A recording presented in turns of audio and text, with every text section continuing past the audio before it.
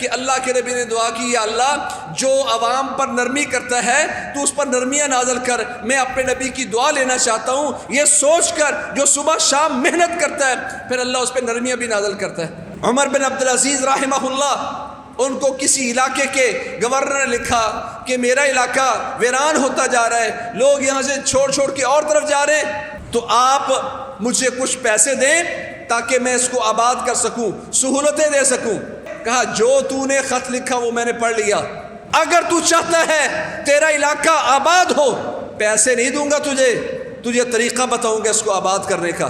تو دو چیزیں اپنا لے، اس علاقے کو ظلم سے محفوظ کر، وحصنها بالعدل، اور عدل کی چار دیواری بنا لے، قلعہ بنا عدل کا، یہاں عدل کرے گا، ظلم ختم کرے گا، تیرا علاقہ آباد ہوگا، تجھے پیسوں کی ضرورت نہیں ہے، تجھے عدل کی ضرورت ہے۔ فضیلت الشیخ مفتی عبداللطیف، اسلامک اسکالر۔ قال اللہ عز وجل فی کتابہ العزیز، ضرب اللہ مثلا قریة كانت آمنة مطمئنة يأتيها رزقها رغدا من كل مكان فكفرت بأنعم الله فأذاقها الله لباس الجوع والخوف بما كانوا يصنعون۔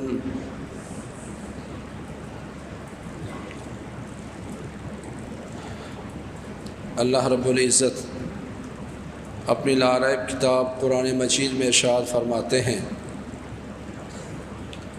اللہ تعالیٰ نے اس علاقے کی مثال بیان کی جو علاقہ بڑا ہی امن والا اور اطمینان والا تھا۔ تو جب اس علاقے نے اللہ تعالیٰ کی نعمتوں کی ناشکری کی تو اللہ تعالیٰ نے ان کو بھوک اور خوف کا لباس پہنا دیا۔ جب انہوں نے اللہ تعالیٰ کی نعمتوں کی ناشکری کی تو اللہ نے انہیں خوف اور بھوک کا لباس پہنا دیا ان اعمال کی بنیاد پر جو وہ کرتے رہے۔ اللہ تعالیٰ نے ہمیں ملک پاکستان دیا، لوگوں نے ہجرتیں کی، قربانیاں پیش کیں، وہ گھر جہاں وہ پیدا ہوا تھے وہ گھر چھوڑے، وہ آب و ہوا، آب و فضا، جہاں انہوں نے بچپن گزارا، جہاں جوان ہوئے، وہ سارے خطے صرف اس لیے چھوڑے کہ ہم ایک ایسا ملک لینا چاہتے ہیں جہاں اللہ تعالیٰ کا کلمہ ہو، توحید کی بات ہو، عبادت ایسے انداز میں کریں کہ ہمیں اطمینان ہو۔ اور شروع میں جو ہمارے آباء و اجداد جنہوں نے ہجرت کی تھی، قربانیاں پیش کی تھیں، ایک جذبہ تھا کہ پاکستان کا مطلب کیا؟ لا الہ الا اللہ، کہ ہم لا الہ الا اللہ کی بنیاد پر گھر بھی قربان کر رہے ہیں، بچے بھی قربان کر رہے ہیں، زمینیں بھی قربان کر رہے ہیں، امن بھی، سکون بھی برباد کر رہے ہیں، اس لیے کہ ہم کلمے کا حصول ہمارے مقدر میں ہو۔ ابتدائی لوگ بڑے ہی امن میں تھے، 5 7 بچے ہوتے، اللہ تعالیٰ ان کو پال دیتا۔ چھوٹا سا بچہ اپنی جھولی میں گندم ڈال کے ٹافیاں لینے جاتا تھا، خوش ہوتا تھا، غربت تھی، خوش تھے، امن تھا، محبتیں تھیں۔ شام کو سب مل کے کسی وڈیرے کے گھر بیٹھتے تھے، رشتہ داروں میں سے کوئی ایک نہ ملے تو اس کو ڈھونڈا جاتا تھا۔ اللہ فرماتے ہیں یہ ساری نعمتیں اللہ تعالیٰ نے ان کو دی تھیں جب تک وہ ان نعمتوں کی شکر گزاری کرتے رہے۔ لیکن جب ان شکر گزاری سے نکل کر انسان ناشکری کی طرف آتا ہے، شکوے شروع کرتا ہے، پھر وہ اللہ تعالیٰ کی آزمائش میں آتا ہے۔ ما یفعل اللہ بعذابکم ان شکرتم وآمنتم، اللہ فرماتے ہیں اللہ کو کیا پڑی ہے اگر تم شکر گزار بنو اور ایمان والے بنو، تو اللہ کو کیا ضرورت ہے کہ اللہ تمہیں کسی عذاب میں مبتلا کرے۔ مسلمانوں نے جب ایمان سے نکل کر ناشکری کی راہ اپنائی تو اللہ تعالیٰ نے اس امن کی جگہ پہ خوف اور فراوانی کی جگہ پر اللہ تعالیٰ نے ان پر بھوک نازل کر دی۔ میں ایک حدیث کی طرف آپ لوگوں کی توجہ مبذول کروانا چاہتا ہوں، جس سے ہم اندازہ لگا سکتے ہیں کہ جن چیزوں سے رسول اللہ صلی اللہ علیہ وسلم نے ڈرایا تھا وہ آج ساری کی ساری ملک پاکستان میں موجود ہیں۔ دو طرح کے الفاظ ہیں، فرمایا اخاف علیکم خصالا ستا، ایک حدیث میں ہے بادروا بالاعمال ستا، لوگوں مجھے تم پر 6 چیزوں کا ڈر ہے۔ ایک حدیث میں فرمایا لوگوں یہ 6 چیزیں آنے سے پہلے پہلے عملوں میں تیزی پیدا کر لو، ایمان مضبوط کر لو۔ وہ 6 چیزیں تم پر آ گئیں تو پھر بڑی مشقت ہوگی، بڑی بد امنی ہوگی، تم پر خوف ہوگا، سکون تمہاری زندگیوں سے نکل جائے گا۔ جب بیان کرنا شروع کیا تو پہلی چیز کیا تھی؟ امارات السفہاء، امارات السفہاء، اے میری امت کے لوگوں مجھے تم پر ڈر ہے کہ تم پر کم عقل، سفیہ، بے وقوف امیر بنا دیے جائیں گے، حکمران بنا دیے جائیں گے۔ پہلی چیز جو اللہ کے نبی نے بیان کی کہ مجھے ڈر ہے کہ تم پر بننے والے حکمران وہ بے وقوف ہوں گے۔ اگر ہم سمجھتے ہیں کہ اللہ کا شکر ہے ہمارے حکمران تو بے وقوف نہیں ہے، تو پھر اللہ کا شکر ادا کرنا چاہیے، اور اگر ایسا نہیں ہے تو پھر وہ چیز جس کا ڈر اللہ کے نبی نے محسوس کیا اور بیان کیا وہ ڈر اس وقت پاکستان میں موجود ہے۔ اللہ کے نبی فرماتے ہیں ان رجالا یتخوضون فی مال اللہ بغیر حق فلہم النار یوم القیامہ۔ صحیح بخاری کی حدیث ہے کہ کچھ لوگ اللہ کے مال میں بے ضابطگیاں کرتے ہیں، اللہ کے مال کو جہاں صرف نہیں کرنا چاہیے، خرچ نہیں کرنا چاہیے، وہاں خرچ کرتے ہیں۔ مال اللہ کا ہے، اللہ نے ان کو دیا ہے، مال لوگوں کا ہے، مال عوام کا ہے، لیکن اس کو بے جا خرچ کرتے ہیں۔ کہا دنیا میں تو یہ موجے مار لیں گے، فَلَهُمُ النَّارُ يَوْمَ الْقِيَامَةِ، یاد رکھو کہ قیامت کے دن ان کے مقدر میں صرف آگ ہوگی۔ نعمت المرضیۃ وبئست الفاطمہ، اللہ کے نبی فرماتے لوگوں حکمرانی یہ جو تمہارے سر پر بورڈ ڈال دیا جاتا ہے یہ اللہ کی طرف سے ایک آزمائش ہے۔ نعمت المرضیہ لفظی معنی ہے اس کا کہ بہت ہی خوب ہے جب دودھ پلا رہی ہوتی ہے، یعنی جب تمہارے پاس اقتدار ہے، جب تمہارے پاس قوت ہے، اس وقت تم بڑے اچھے ہوتے ہو۔ یہ حکمرانی، یہ حکومت، یہ عمارت جب آپ کے پاس ہوتی ہے تو انسان خوب اس سے فائدہ اٹھاتا ہے۔ وبئست الفاطمہ لفظی معنی اس کا، اور بہت ہی بری ہے دودھ چھڑانے والی، کہ جب یہ دودھ سے اس دنیا سے چلے جائیں گے، یہ حکومت ختم ہو جائے گی، پھر اس کا حساب کتاب دینا بہت ہی مشکل ہوگا۔ یہ کوئی اقتدار نہیں ہے، یہ کوئی عزت نہیں ہے، یہ ذمہ داری ہے۔ اللہ کے نبی فرماتے مجھے ڈر ہے کہ تم پر ایسے حکمران آئیں گے جو اللہ کا مال، جو عوام کا مال بے جا خرچ کریں گے، ان کے لیے آگ ہے۔ اگر آج ہم اپنے حکمرانوں کو ان کی خیر خواہی کرنا چاہتے ہیں، ان کو جنتی بنانا چاہتے ہیں، ان کو جہنم سے بچانا چاہتے ہیں، تو انہیں اللہ کے نبی کی یہ حدیث بیان کرنا ہوگی۔ دیکھو اللہ کے ہاں ساری چیزیں لکھی جا رہی ہیں۔ اللہ کے مال میں اگر تم بے ضابطگیاں کرو گے، بے جا صرف کرو گے تو کہا پھر آگ ہے۔ اللہم من ولی من امر امتی شیئا فشق علیہم فاشقق علیہ ومن ولی من امر امتی شیئا فرافق بہم فارفق بہ۔ اللہ کرے اس دعا کو اور بد دعا کو ہمارے حکمران سمجھ لیں۔ اللہ کے نبی دعا کرتے ہیں، یا اللہ جس بندے نے اللہم ومن ولی من امر امتی شیئا فشق علیہم، یا اللہ جس بندے نے میری امت کے کسی معاملے کی باغ دوڑ سنبھال لی، وہ ان کا حکمران بن گیا، کسی چیز میں اللہ نے اس کو اختیار دے دیا، فشق علیہم، ان پر اگر اس نے مشقت ڈالی، بلا وجہ ٹیکسز ڈالے، ان پر بوجھ ڈالا، غربت عام کر دی، مہنگائی عام ہو گئی، ان پر مشقت کی، فاشقق علیہ، یا اللہ اس حکمران پر اپنی طرف سے مشقتیں نازل کر دے۔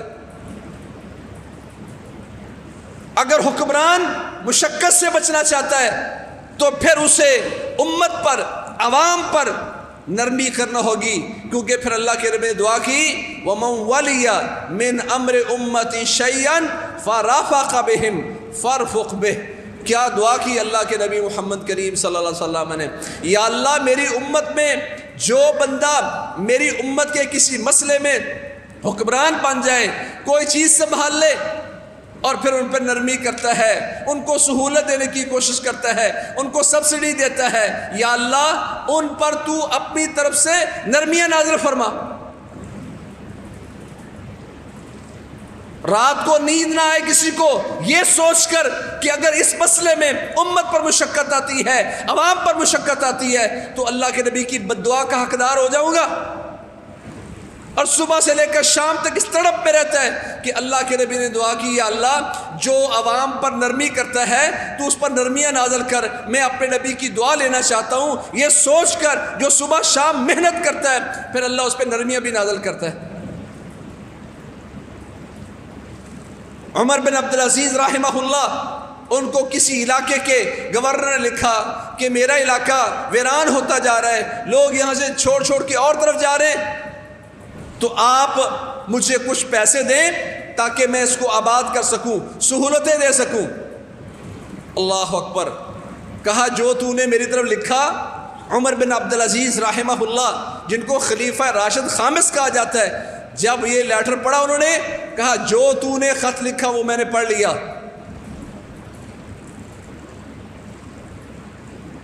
جو تو نے لیٹر لکھا وہ مجھ تک آ گیا، اگر تو چاہتا ہے تیرا علاقہ آباد ہو، پیسے نہیں دوں گا تجھے طریقہ بتاؤں گا اس کو آباد کرنے کا۔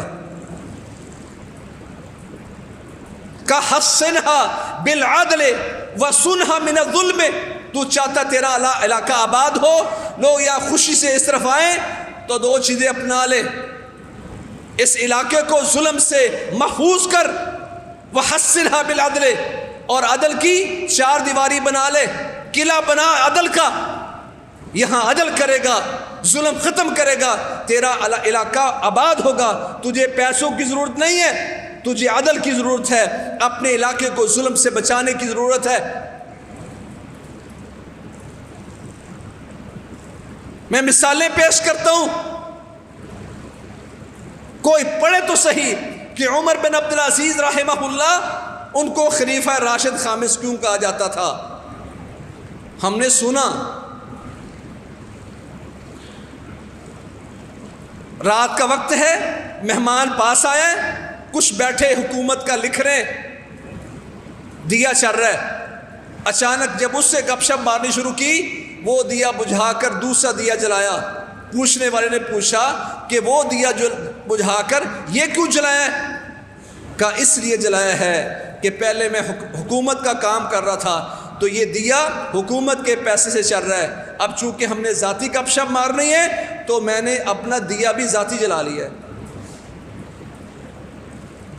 ان کے سامنے حدیث تھی، ان رجالا یتخوضون فی مال اللہ بغیر حق فلہم النار، اللہ کے مال کو غلط استعمال کرو گے تو پھر سامنے آگ کھڑی ہے، قیامت کے دن آگ ہوگی۔ ضرب اللہ مثلا قریۃ کانت آمنۃ مطمئنہ یأتیہا رزقہا رغدا من کل مکان، چاروں طرف سے رزق آئے تو اس کو امن والا بناؤ، اطمینان والا بناؤ۔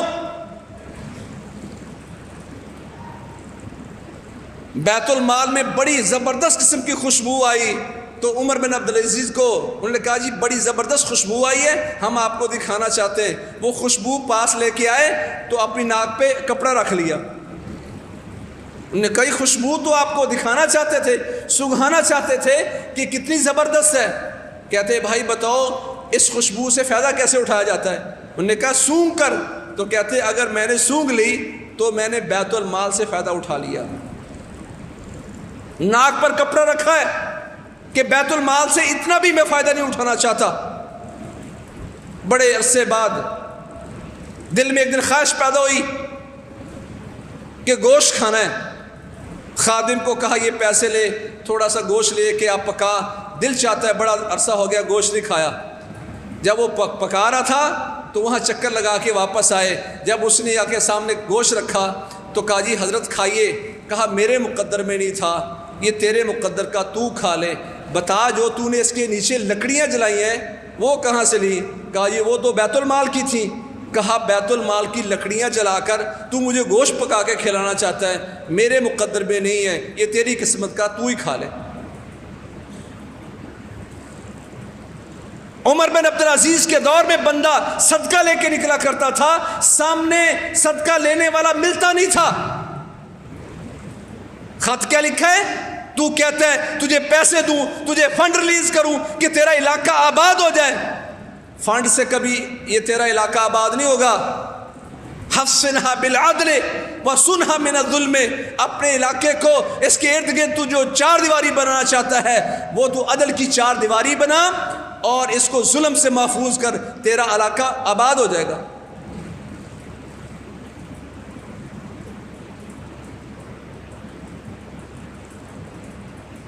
اللہ کے نبی فرماتے مجھے تم پر ڈر ہے، امارت السفہاء، بے وقوف تمہارے حکمران ہوں گے، مجھے ڈر ہے اس کی وجہ سے برباد ہو جاؤ گے۔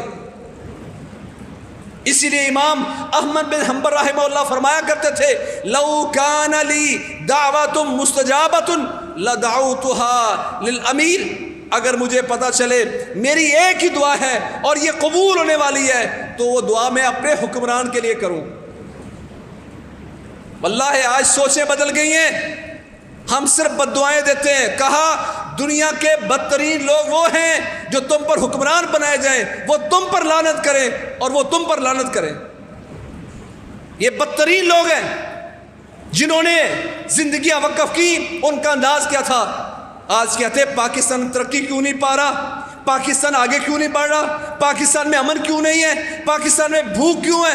وہ کہتے ہیں لو کان علی دعوت مستجابۃ لدعوت بہا للسلطان، اگر مجھے پتہ چل جائے ایک ہی دعا اور قبول ہونے والی ہے وہ میں اپنے حکمران کے لیے دعا کروں گا۔ کیا آج ہمارا بھی یہی رویہ ہے؟ کیا میرا بھی یہی رویہ ہے؟ کیا میرے بچوں کا، میرے گھر والوں کا یہی رویہ ہے؟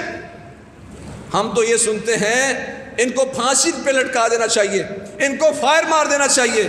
بھائی یہ مسلمانوں کا منہج نہیں ہے، یہ خارجیوں کا مذہب ہے جو میرے گھر میں ناشر ہے۔ میں سمجھتا ہوں ملک ترقی کیوں نہیں پا رہا؟ وہ کہتے ہیں اس لیے کہ اگر میں دعا کرتا اپنے لیے تو اس کا فائدہ صرف مجھے ہونا تھا، اور اگر میرے حکمران کے لیے دعا قبول ہو گئی تو اس سے ساری امت کو فائدہ ہوگا۔ سوچ تھی ان کی۔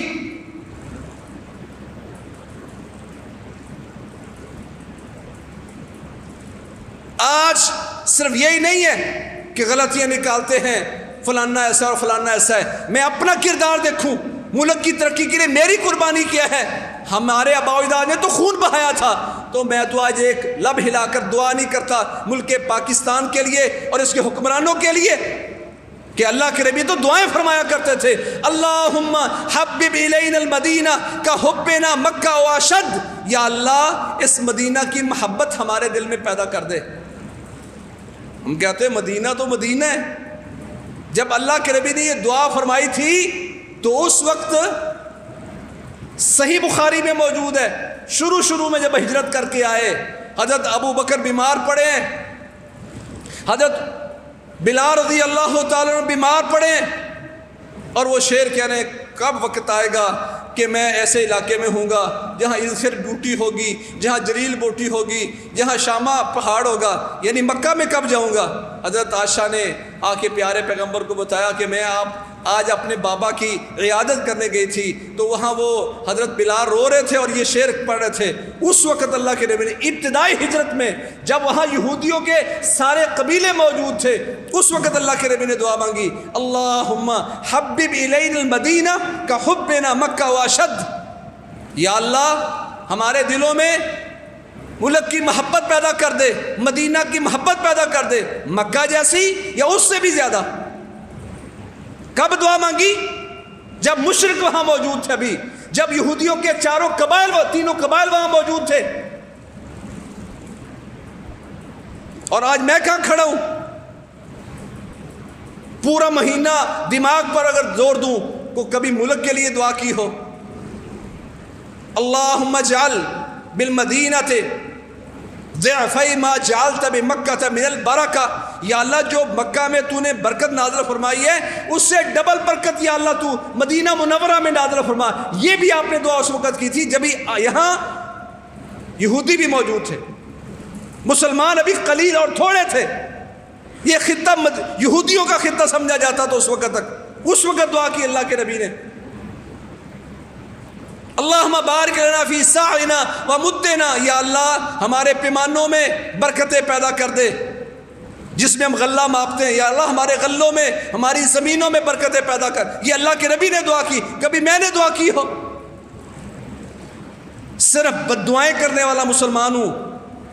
ہمارے اسلاف نے کیا کہا؟ ایک دعا ہو اور میری، اور مجھے پتہ یہ قبول ہے، اور میں امام کے لیے، امیر کے لیے، سلطان اور حکمران کے لیے کروں گا۔ دعائیں مانگی اللہ کے نبی نے، اللہم صححا لنا، یا اللہ اس مدینے کو ہمارے لیے صحت والا ملک بنا دے۔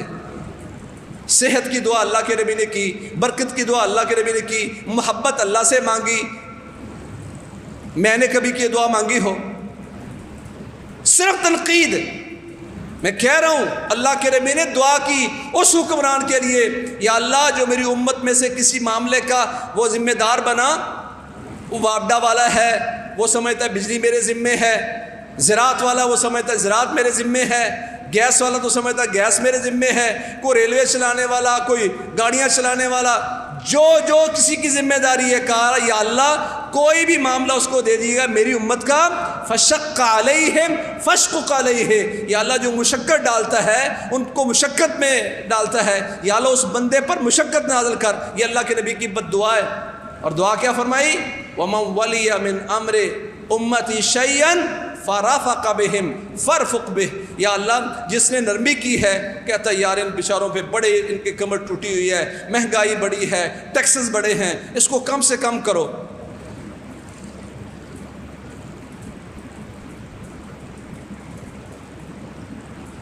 ہر بندہ، الدین النصیحہ، دین خیر خواہی ہے، یہ دین کی بنیاد پر بننے والا پاکستان ہے، کا دین خیر خواہی کا نام ہے۔ کوئی بندہ نقصان برداشت نہیں کرتا، وہ کہتا ہے منافع سارا مجھے ملے، گھاٹا لوگوں کو ملے۔ آپ مسلمان نہیں ہیں۔ اللہ کے نبی فرماتے ہیں مسلمان کون ہے؟ جہاں اللہ کے نبی فرمایا وَأَحِبَّ لِلنَّاسِ مَا تُحِبُّ لِنَفْسِكَ، تا کون مسلمہ جو اپنے لیے پسند کرتے ہو لوگوں کے لیے وہی پسند کرنا شروع کر دو، تم ایک مسلمان بن جاؤ گے۔ مسلمان بننے کے لیے جو اپنے لیے پسند کرتے ہیں، عزتیں ساری میری، ذلتیں اس کی، منافع مجھے، گھاٹا اسے۔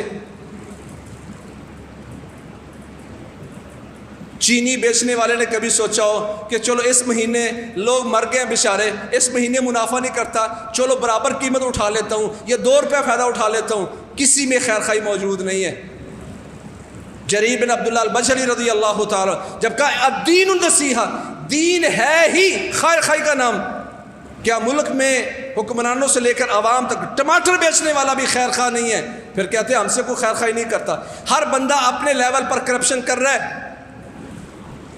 جانور بیچنے والا وہاں کرپشن کر رہا ہے، ٹماٹر بیچنے والا وہاں کر رہا ہے، سبزی بیچنے والا سبزی میں کرپشن کر رہا ہے، اوپر اچھے اچھے سیب لگائے ہیں، نیچے گلے ہوئے ہیں۔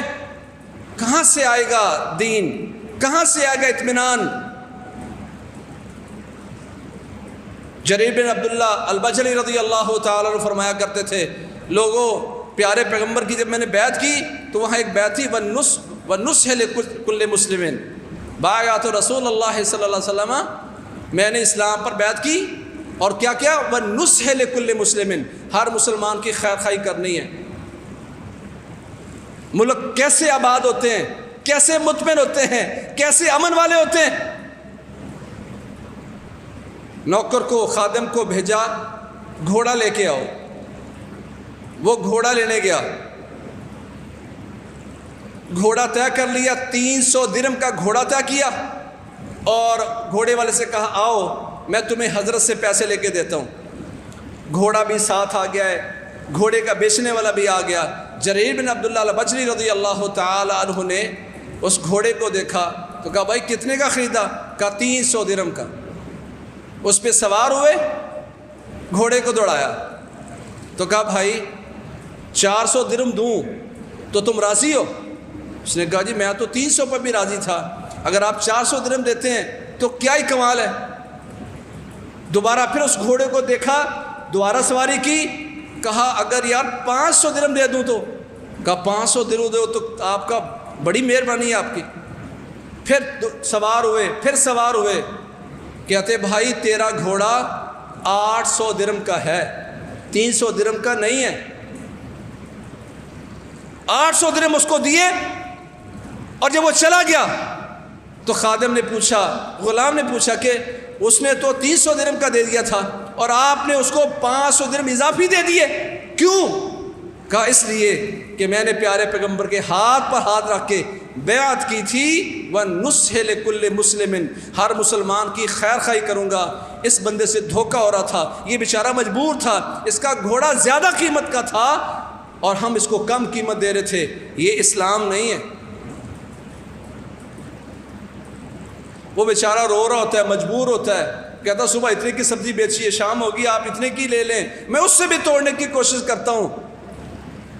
جہاں فکس ریٹ لکھا ہوتا ہے وہاں میری جرت نہیں ہے کہ میں کسی کو 2 روپے کم کروا لوں۔ سارا ان بیچاروں پر، غریب طبقوں پر، پھر اطمینان کہاں سے آئے گا؟ امن کہاں سے آئے گا؟ الدین النصیحہ، تم نے ایک پاکستان لیا تھا دین کی بنیاد پر، کلمے کی بنیاد پر، اسلام کی بنیاد پر۔ اسلام کہاں نظر آتا ہے؟ وَأَحِبَّ لِلنَّاسِ مَا تُحِبُّ لِنَفْسِكَ تَكُنْ مُسْلِمًا۔ ہمارے مرد بھی اپنی بیویوں کو اس لیے بھیجتے ہیں بازار کی، یہ ریٹ بڑا زبردست کر لیتی ہیں، زچ کر دیتی ہے اگلے بندے کو۔ یہ اسلام نہیں ہے، اسلام ہے الدین النصیحہ۔ میں مانتا ہوں کرپشن دوسری طرف بھی موجود ہے، بیچنے والوں میں بھی موجود ہے، پر ہر بندے کو ایک ہی نصیحت کی، وَأَحِبَّ لِلنَّاسِ مَا تُحِبُّ لِنَفْسِكَ تکن مؤمنا، وَأَحِبَّ لِلنَّاسِ مَا تُحِبُّ لِنَفْسِكَ تکن مسلما۔ مسلمان بننا چاہتے ہو تو پھر جو اپنے لیے پسند کرتے ہو وہ لوگوں کے لیے پسند کرنا شروع کرو۔ جتنا بھی بڑا ایمان والا بندہ ہے وہ کبھی بھی یہ پسند نہیں کرتا، وہ اپنے لیے خیر مانگتا ہے۔ کتنا اطمینان ہوگا اس شخص کو جو اللہ کے نبی کی حدیث پر عمل کر کے سمجھتے ہیں خیر اس میں ہے، جو اللہ کے نبی نے بات بتائی خیر اس میں تھی۔ تو پہلی چیز جو اللہ کے نبی نے بیان فرمائی، مجھے تم پر ڈر ہے کہ تم پر بے وقوف حکمران بنا دیے جائیں گے۔ جب دعائیں کرنے والے اچھے نہیں ہوں گے، جب خیر خواہی کرنے والے نہیں ہوں گے تو پھر یہی کچھ ہوگا جو ہو رہا ہے۔ دوسری چیز فرمایا وَكَثْرَةُ الشُّرَطِ، فوجیں بڑی ہوں گی، ملک امن کی بجائے لڑائیوں کی طرف نکلیں گے۔ مسلمان کو تو جہاد کا حکم تھا، دفاع کا حکم تھا، پاکستان نے دفاع کا تھوڑا سا منظر دکھایا ہے، ساری دنیا میں وَأَنْتُمُ الْأَعْلَوْنَ إِن كُنْتُم مُؤْمِنِينَ کہہ کر اللہ نے بلند کر کے دکھا دیا۔ ساری امت میں مسلمانوں کو، پاکستانیوں کو اللہ نے وہ عزت دی جو باقی مسلمانوں کو نصیب نہ ہو سکی۔ تیسرا فرمایا وَاسْتِخْفَافًا بِالدَّمِ، خون ریزی کو تم بالکل ہلکا جان لو گے، قتل کا مسئلہ ہی کوئی نہیں، 10 روپے کی خاطر بندہ مار دیتے ہو، کہ یہ مصیبت تم میں آئے گی۔ وقطیعۃ الرحم، رشتے داریاں توڑو گے. میں کہتا ہوں امن پتہ نہیں کیوں نہیں آتا، میرے گھر میں سکون پتہ نہیں کیوں نہیں ہے، رزق پتہ نہیں کیوں نہیں بڑھتا. من احب ان یبسط له فی رزقہ وان ینسى له فی اثرہ فلیصل رحمہ. تم چاہتے ہو تمہارے اللہ تعالیٰ مال میں برکت پیدا کرے، مال میں اضافہ ہو، اور تمہارے مرنے کے بعد بھی تمہیں لوگ یاد رکھیں، تو پھر رشتہ داری کو چھوڑو، جو تم سے کٹ رہا ہے اس سے ملو. کہا مجھے ڈر ہے تم پر کہ رشتہ داریوں کو توڑو گے، رشتہ داریاں توڑو گے، رزق برباد ہوگا، فراخی نہیں ہوگی. میں سارے جرم لوگوں کے بتاتا ہوں، اپنا کوئی کبھی سوچا؟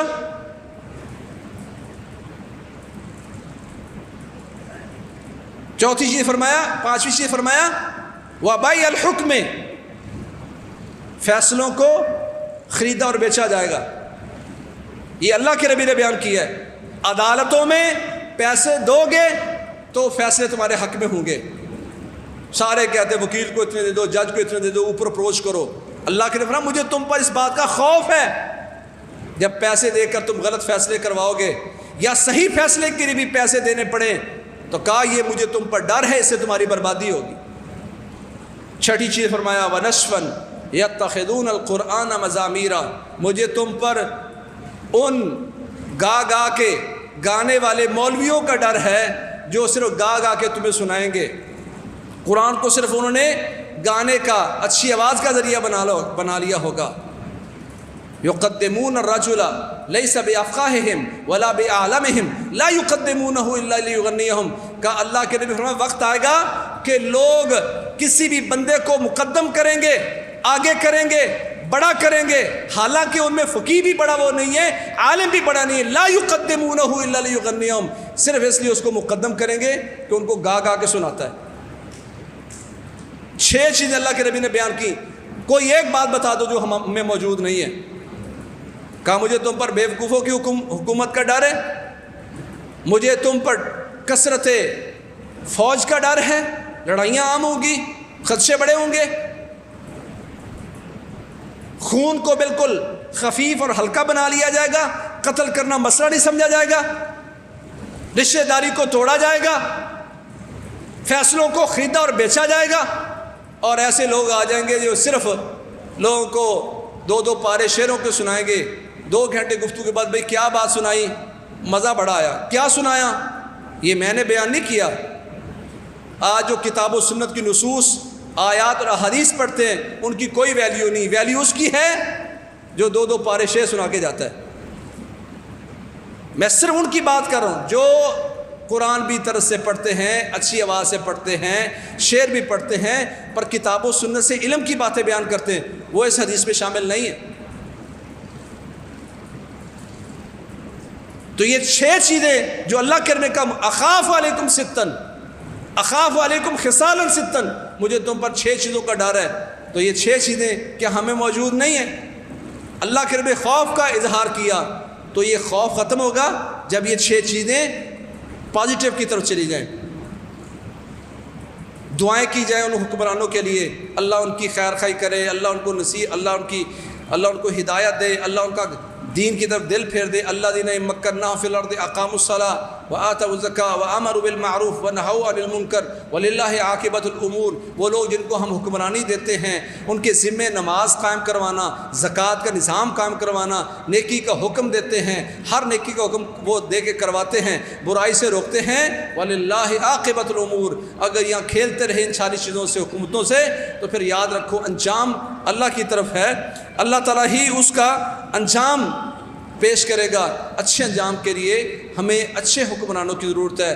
ان کے لیے دعا کریں، اللہ ان کی اصلاح کرے، بد دعاؤں سے بچے، اور جو باقی چیزیں ہماری انفرادی غلطیوں میں ہیں ان کی اصلاح کریں تاکہ ملک پاکستان پہلے کی طرح امن و اطمینان والا ہو. اللہ کریم ہمیں ایک سچی اسلامی زندگی بسر کرنے کی توفیق دے. اللہ ہماری اولادوں کی، ہمارے گھرانے کی، سارے مسلمانوں کی ایسی تربیت فرمائے کہ ہم زندہ رہیں تو اسلام پر، موت آئے تو ایمان پر.